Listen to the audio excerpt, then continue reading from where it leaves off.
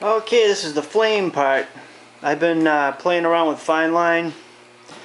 The nice thing about the fine line is you can move it around and retape it until you get kind of what you're shooting for.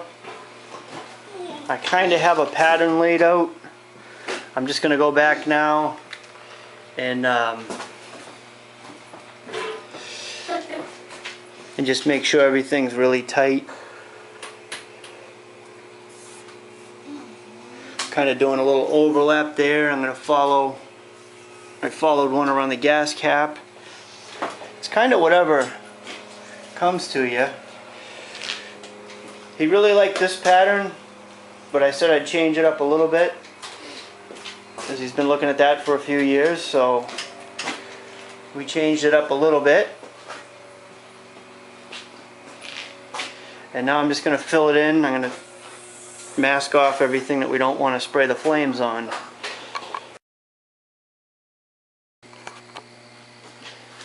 Alright, ready to take it in tomorrow and dust some color on these flames.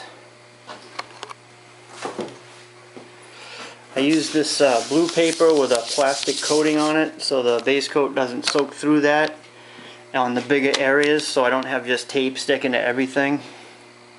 I left the fine line on this overlap part and I made a little block here. I want these different so they look like different flames, so they'll get colored differently that way. But eventually I'll have to cut that little piece of fine line off, tape it back on this side and do the other side, and I'll try to do a little shading over it, and also I'll do shading on these little corners here, and we'll see how it goes. I'm not the best at this, but I've done them a few times and I seem to like the way they come out a little better each time. We'll see how this one works. And yeah, it's a little change up from what he was used to, but kind of similar. A little more on top. There wasn't enough flames on top of the tank before. And it's ready for some color tomorrow. Hopefully all this tape will stay where it's supposed to be and not stick too much. Come off when I need it to.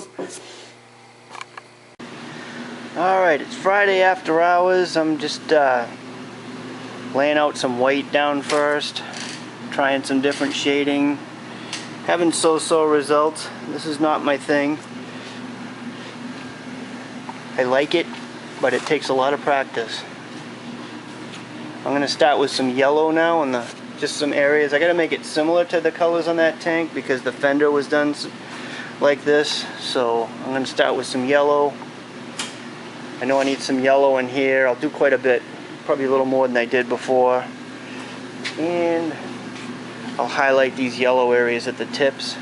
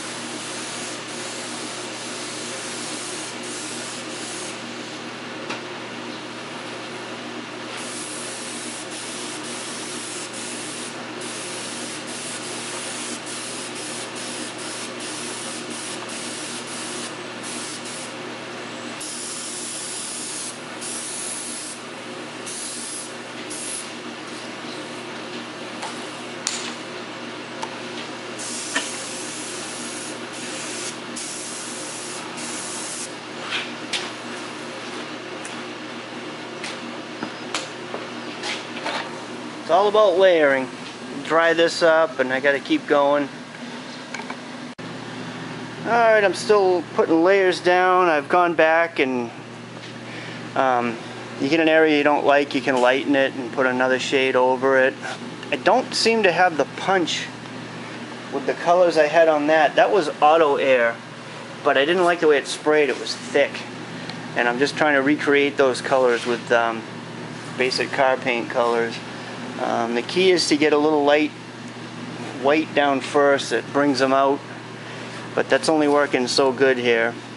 I'm gonna go a little longer, and then it's gonna be untape time. These are some of the colors I've been playing with. I'm gonna do a little more red, maybe some orange, I don't know. The cool thing is, right now to me this looks like a mess, but when you untape it, it's still pretty cool no matter what you do. Because you get that pattern, it just comes out with the black. And I could still go in here and shade it in with black if I wanted. Or I could do white highlights and put whatever shade over that I want. I'm going to do a little bit of that still, but it's close. Well, this took a long time. It's kind of going where I wanted it to. Looks a little weird here. This will be hidden by the triple trees anyways, and I'm going to have a black shadow in there, so that'll make that look a little more normal. And I'm going to shadow these in. I got tape glue everywhere. That's all going to be cleaned off. I'm not clearing this tonight. I'm just walking away. I've had enough. These can stress you out, a little tedious, but I think when this is all cleaned up, and I got to do the shadowing next, clear it, then I'll sand it again and deal with the pinstripes. I want to pinstripe it too. And the pinstripes, you can change any little edges that don't look right, things like that. But in the meantime, this is where we're at. So slightly different styling. We'll see how he likes it. Once that's cleared, this color will pop a little more. But I still got a few things to do, and I think I'm on the right track. It's what he's shooting for. So now it's about 7:30 on a Sunday morning. I went around with a little cloth and some adhesive remover and just lightly put a little adhesive remover and just kind of went around and got all the little tape residue off without touching the flames. And if I had to mask the flames over a black base coat, that would have been the end of it. You just would have destroyed the job. That's why there's a clear coat on there over the black, so I can come back and clean, and then clear coat will go back over that, no problem. And now I'm going to do a little shadow over those areas in this, and hopefully that'll make this look a little different in the front.